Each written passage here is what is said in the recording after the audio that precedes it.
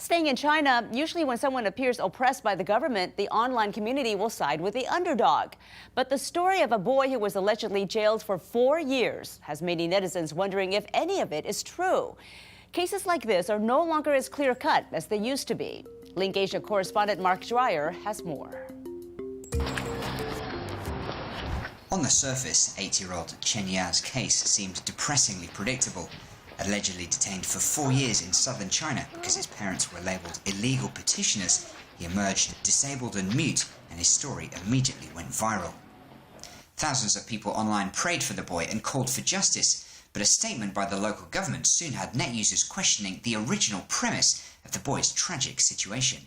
The boy's stepfather, Chen Fengqiang, is a well-known activist and claims that in 2009 the boy was taken away and held in a black jail, a technically illegal but widely tolerated detention centre, supposedly as punishment for his stepfather campaigning against forced land purchases and low compensation.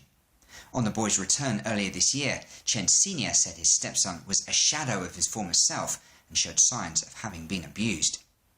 But the government said that when Chen's stepfather was sentenced to 3 years in a detention centre, Chen and his 2 older siblings had been given to his step-uncles for care. But those uncles, the government claimed, handed the kids to police, saying they couldn't look after them. When the stepfather was released last year, the government said he picked up the 2 eldest children, but left the youngest, who it turned out had cerebral palsy. Surprisingly perhaps, many people online accepted the official version. The government account sounds more reasonable, said one, while another said, I think the government announcement is telling the truth.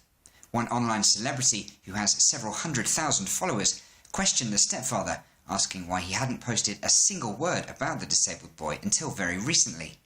Then someone located this post on online forum Tianya, in which Chen's stepfather said the boy was born with developmental problems and blamed the government for forcing the family to look after him. Of course, the authorities didn't have it all their own way. One net user says, I don't buy it. If the government is so good, why are there so many homeless kids on the streets? Why did the government only take good care of this particular boy? A more neutral view came from this net user who said, one side wants to blackmail the government, the other side wants to shift the blame. The best way now is to show us evidence. Chen needs to prove that the boy was indeed detained in a black jail. The local government needs to prove that they indeed took care of the boy instead of abusing him. Alternative stories from social media in China mean that the people no longer accept the government version of events without question. But as the microblog platforms become more mature, their users are also increasingly skeptical about sensationalist headlines. One net user summed up the current situation simply saying, all we care about is the truth. For LinkAsia, I'm Mark Dreyer in Beijing.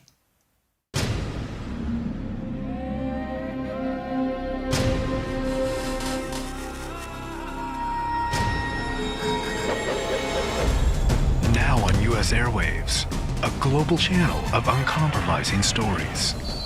World news, documentaries, entertainment, and culture.